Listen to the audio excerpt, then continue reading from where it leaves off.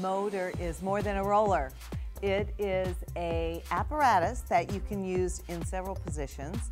Supine, on all four, you can stand on it, you can lay on it. It's easily stored, so you don't necessarily have to have it set up all the time, but it's something that was designed off of a foam roller. So you have all the uses of a foam roller, but now we have resistance that can be added on via, it's called an arm. An arm can be put on the motor, so you can do any of your legs and straps, hands and straps work that we can do on reformers. Not only that, now we have some standing work that can be done because of stability wedges on the roller and really work balance and agility.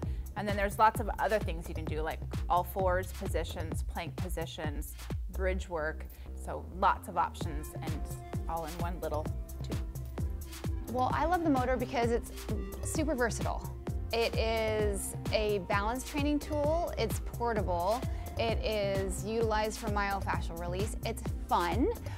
From an assessment perspective, it illuminates people's imbalances right away. So as an instructor, if I'm struggling seeing if somebody's off balance in a particular area of their body, all I do is put them down on the MOTR in a particular body position and I can see right where their muscles aren't firing. When someone asks me about what is the best thing about being a MOTR instructor, I'm going to have to tell them that it's so functional. You train standing up, which is all about life. A third of your life you're on your back. And with MOTR, you can train standing up with gravity pulling against you or for you, and you're working your balance if you're standing on that roller, which is so important as you age. A MOTR training is a 16-hour course. It's typically done in 2 days, sometimes maybe broken up into 3. And you're going to start off learning some movement principles, anatomy, movement, how it relates to the MOTR specifically.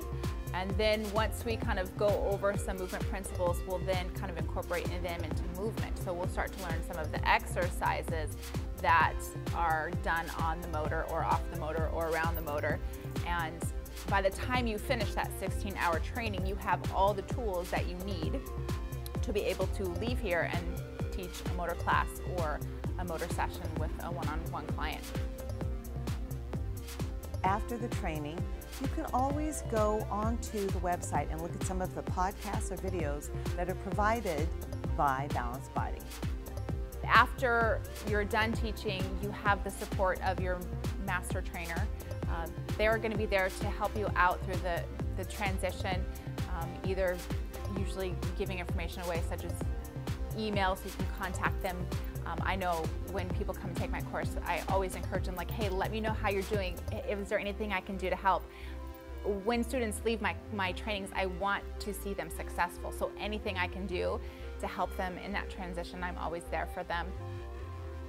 It can be used in group exercise. I teach it in circuit classes all the time. I teach it as a unit. I also break it apart into 2 separate units with the arm only, as well as the roller and the stability wedges.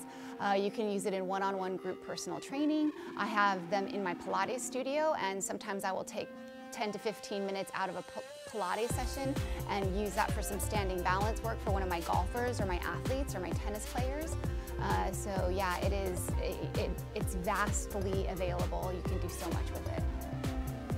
It's just another tool in the toolbox, and they have fun. That's the biggest thing, is they sometimes approach it with a little bit of like, I don't know if I can do that, and then they do it and they feel successful and they have fun and they walk out of here going, oh my gosh, that was awesome, and they can't wait to do it again. So that's why I love it.